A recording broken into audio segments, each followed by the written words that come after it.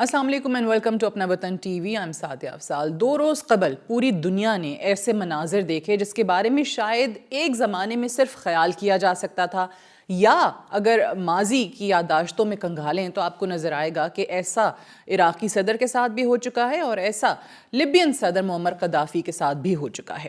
اور ان دونوں ممالک کے بعد اب وینزویلا نے امریکی ڈالر کو یا اگر کہیں پیٹرو ڈالر کو چیلنج کرنے کی غلطی کر دی ہے، اور اس کا نتیجہ یہ نکلا ہے کہ نکولس مدورو جو کہ وینزویلا کے صدر تھے ان کو گرفتار کر لیا گیا، ان کی اہلیہ کے سمیت. اور کیسے گرفتار کیا گیا؟ نتیجتاً ایک ملٹری آپریشن ہم نے دیکھا امریکہ کی طرف سے، اور بڑے پیمانے پہ یہ کارروائی کی گئی، اور اس کے بعد ان کو گرفتار کر کے امریکہ لے کے جایا گیا، نیو یارک لے کے جایا گیا.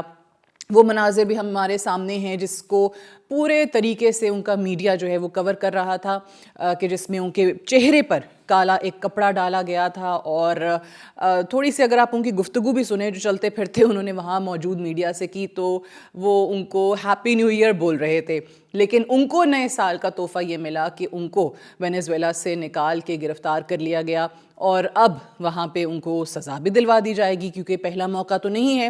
عراقی صدر کو بھی سزا مل چکی ہے وہاں کی ایک کینگرو کورٹ سے، اور معمر قذافی کو بھی بڑی تکلیف دہ موت کا سامنا کرنا پڑا تھا. یہ آخر جو سچویشن ہے کس جانب جا رہی ہے؟ پریزیڈنٹ ٹرمپ آخر کیا کرنا چاہتے ہیں؟ اگر آپ انہی پریزیڈنٹ ٹرمپ کے دوسری بار برسر اقتدار آنے کے بعد کچھ بیانات کو دیکھیں تو اس میں آپ کو ایک بڑی واضح کانٹرڈکشن نظر آتی ہے. کہ بیان کیا تھے کہ ہم اب دیگر ممالک پر حملے کرنے سے یا اپنی کہیں دنیا میں بھی جنگوں میں انوالو ہونے سے پرہیز کریں گے، لیکن وہ گریز نہیں کیا جا رہا. ابھی ریسنٹلی جو نیشنل سیکیورٹی اسٹریٹجی 2025 آئی ہے یو ایس کی، اس میں بھی یہی چیز سر فہرست تھی کہ ہم دیگر ممالک کے جو معاملات ہیں یا جو جنگیں ہیں اس کا حصہ نہیں بنیں گے، انفیکٹ ہم اپنی اکانومی کو زیادہ فوکس کریں گے. لیکن کانٹرڈکشن اس لحاظ سے آپ کو نظر آتی ہے کہ وینزویلا پہ جو حملہ کیا گیا ہے، ان کے صدر کو جس طریقے سے گرفتار کیا گیا ہے، یہ ان کی اس اسٹریٹجی کی بھرپور کانٹرڈکشن ہے. اب پریزیڈنٹ ٹرمپ نے یہ اعلان کیا ہے کہ وینزویلا کو اب امریکہ چلائے گا. کس طریقے سے چلایا جائے گا، اس کے کیا خد و خال ہے، کیا سٹرکچر ہے اس گورننس کا، اور جو نئی ان کی پریزیڈنٹ ہیں ان کو بھی ایک طریقے سے پریزیڈنٹ ٹرمپ نے تھریٹن کیا ہے کہ اگر وہ بھی پالیسی چینج کی طرف نہیں جاتی ہیں وینزویلا کے حوالے سے، تو پھر ان کا انجام جو ہے وہ مدورو سے زیادہ سنگین ہوگا. پریزیڈنٹ ٹرمپ نے یہ بھی کہا ہے کہ جو یو ایس کمپنیز ہیں، جو یو ایس آئل کمپنیز ہیں، وہ وینزویلا کے آئل کا اب کنٹرول سنبھالیں گی. تو اس سے آئی تھنک کافی کہانی جو ہے وہ عیاں ہو جاتی ہے کہ یہی الزامات اور یہی ایک ایکسکیوز استعمال کیا گیا تھا کہ اگر عراق کے پاس تیل ہے، لیبیا کے پاس تیل ہے، تو اب وینزویلا. اور الزام کیا لگایا گیا یہاں پہ؟ بہانہ کیا تھا کہ جی he was involved in drug trafficking اور نارکوٹکس کا ایک بہت بڑا ریکٹ جو ہے وہ چلا رہے تھے، اور پھر ان کی مرضی سے، ان کی سرپرستی میں یہ سارے کے سارے جو ڈرگز ہیں یہ یو ایس آ رہے تھے، اور وہ کہتے ہیں کہ جی یہ یو ایس کی سلامتی کے لیے ڈائریکٹ ایک خطرہ بن چکا تھا. عراق پر امریکی قبضے کے بعد ہم نے دیکھا کہ جارج ڈبلیو بش سینئر نے بھی ایک ایگزیکٹو آرڈر کے ذریعے پیٹرو ڈالر کو بحال کیا تھا. یعنی عراق جہاں تیل کے بہت وسیع ذخائر موجود تھے اور ہیں، وہ جو بھی تیل بیچے گا وہ ڈالر میں بیچے گا. اور اس کا مقصد کیا تھا کہ اگر امریکی ڈالر کے مقابلے میں کسی اور کرنسی کو ترجیح دی جاتی ہے، یا کوئی ملک یہ سوچتا ہے کہ ڈی ڈالرائزیشن کی طرف جائے گا، تو پھر اس کا یہ حال کیا جائے گا.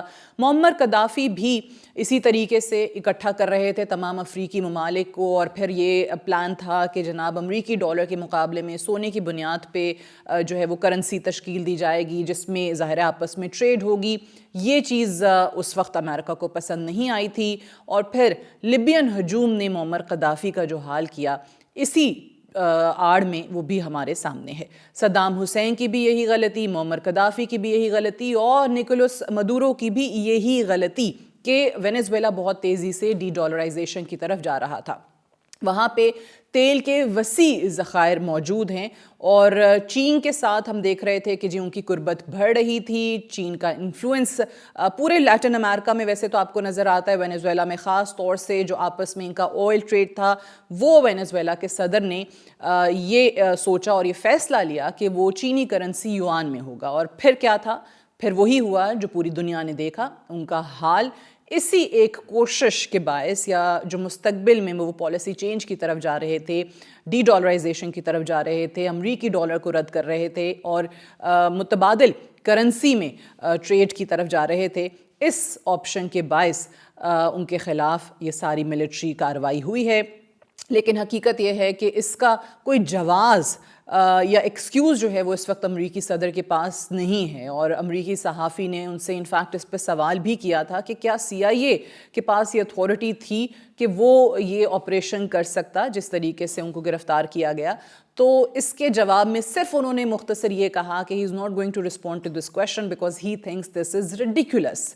لیکن آج بھی جتنی مرضی پالیسی پیپرز آ جائیں, آن پیپر جتنا مرضی آپ کو نظر آ جائے کہ یو ایس کے اندر پالیسی چینج ہو رہی ہے یا پریزیڈنٹ ٹرمپ ماضی کے کسی صدر سے مختلف پالیسی اپنائیں گے, تو ایسا ہرگز نہیں ہے, جس کا عملی نمونہ ہم نے دیکھ لیا ہے کہ آج بھی دنیا ایک ہی اصول پر چل رہی ہے, جس کی لاٹھی اس کی بھینس.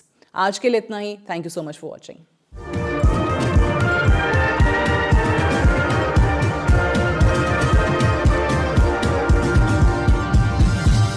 You are watching Apna Watan.